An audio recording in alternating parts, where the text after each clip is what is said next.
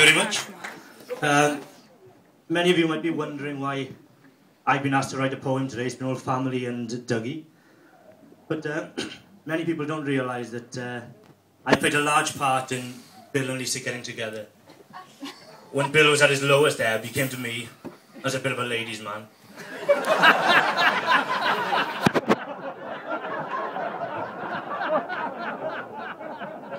As a bit of a ladies' man.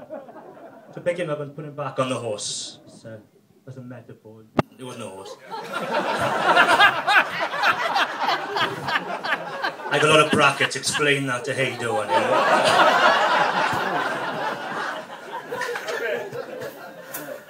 So don't butt in and ask questions. But a lot of people might have thought that what I was actually doing was trying to split them up. But when you hear my poem, I think you'll agree that I played a large part in getting them together, and I don't think I really get enough credit for it. So the poem's called It's Never Too Late, or alternatively, Where There's a Bill, There's a Way. Two households, both alike in dignity, in fair Pembrokeshire where we lay our scene. Two hearts whose only bond are anonymity, where silage makes our heroes' hands unclean. Oh, sorry, I forgot. Hang on. I'll start again. Just to explain the structure of my poem. Obviously it starts off with a famous epilogue adapted. Prologue, sorry. But what I've done...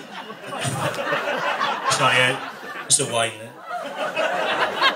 What I did was refer to my journals because I don't know if any of the single women here know, but I'm a deep, sensitive person who keeps my...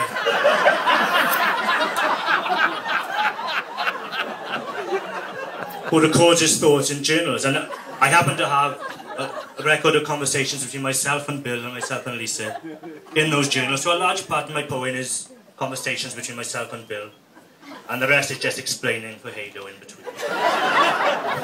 We start again. Two households, both alike in dignity, in fair Pembrokeshire we lay our scene. Two hearts whose only bond are anonymity, where silage makes our heroes' hands unclean.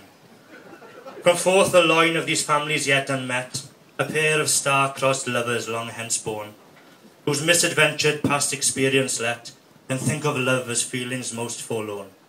Though if you will with patient ears attend, I shall explain my toil, which then did mend.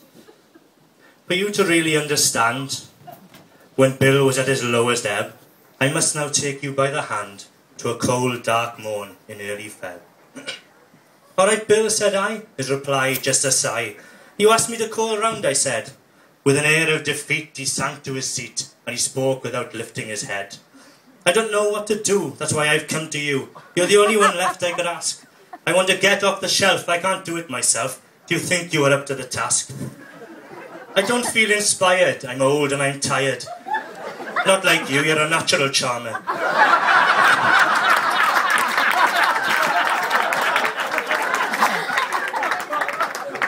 I simply haven't the time to wine and to dine. I'm just a simple farmer.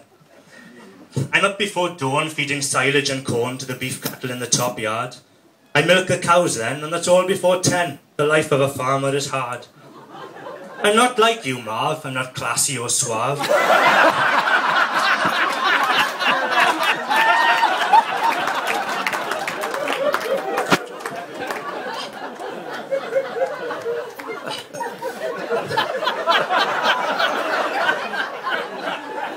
With a smile that'll make women swoon.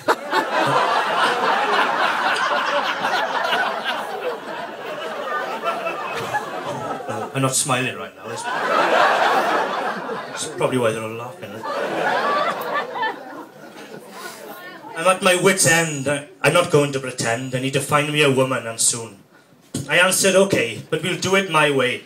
And I promise I'll find you a wife. The first thing to do is take a picture of you for an advert in Country Life. Looking for best of breed, the advert will read. I'm the son of a pedigree stud. If you're under 65 and can cook, clean and drive and aren't squeamish of cow muck and blood. Bill called out, man alive, what do you mean 65? I want someone younger than that. It won't do any harm if she's good round the farm and preferably isn't too fat. Whoever I find must be caring and kind, and she must have a strong constitution. For Katie's out in May from Galway Bay Young Offenders Institution.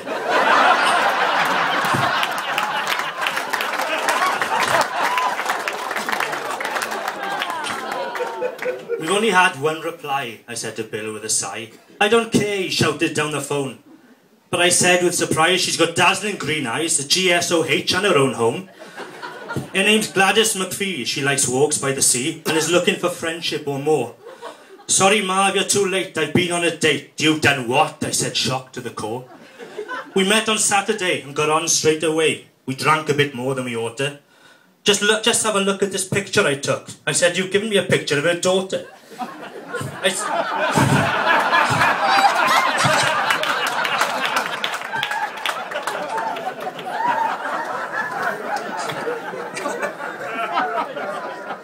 I've met her family. I've met her family. I went round there for tea. The kids' names are Lewis and Evie. They are simply divine when you compare them to mine.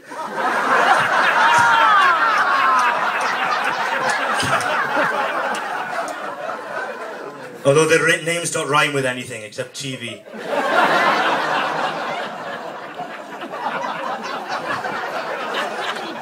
Bill then said to me, his voice filled with glee, I think she's the girl of my dreams. I feel like I could fly, but then came my reply, is she really as good as she seems?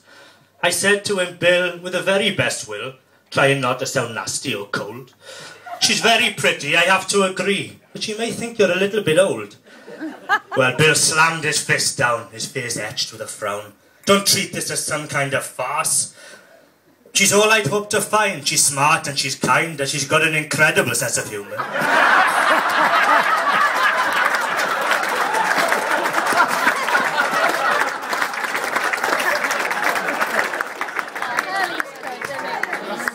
No, she's quite funny, honest. You're over the hill, I shouted at Bill. I am not, he retorted with rage. I'm a catch, Bill hit back, going on the attack. I said, calm down, Bill, think of your age. Well, this conversation caused much pain. It is one I would sooner forget. My advice was never asked again. I recall it with much regret. But I visited Lisa the very next day. Though my interference may seem uncouth, I felt there were things I needed to say. It was only fair that she knew the truth. You must be Lisa, I said with a nod on my head. There's an issue we need to address. There are facts about Bill you must know or you will end up in a terrible mess. I must say firstly that Bill's 53, but a sugar daddy he is in no way. For whilst it does seem absurd, I can give you my word, he just gave all his money away.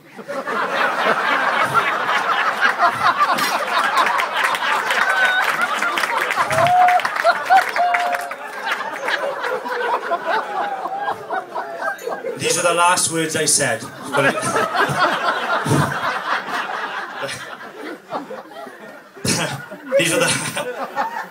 These were the last words I said, for Lisa cut me dead. Her reply, those who know true love don't see differences. They see only similarities, and when differences occur, they are celebrated.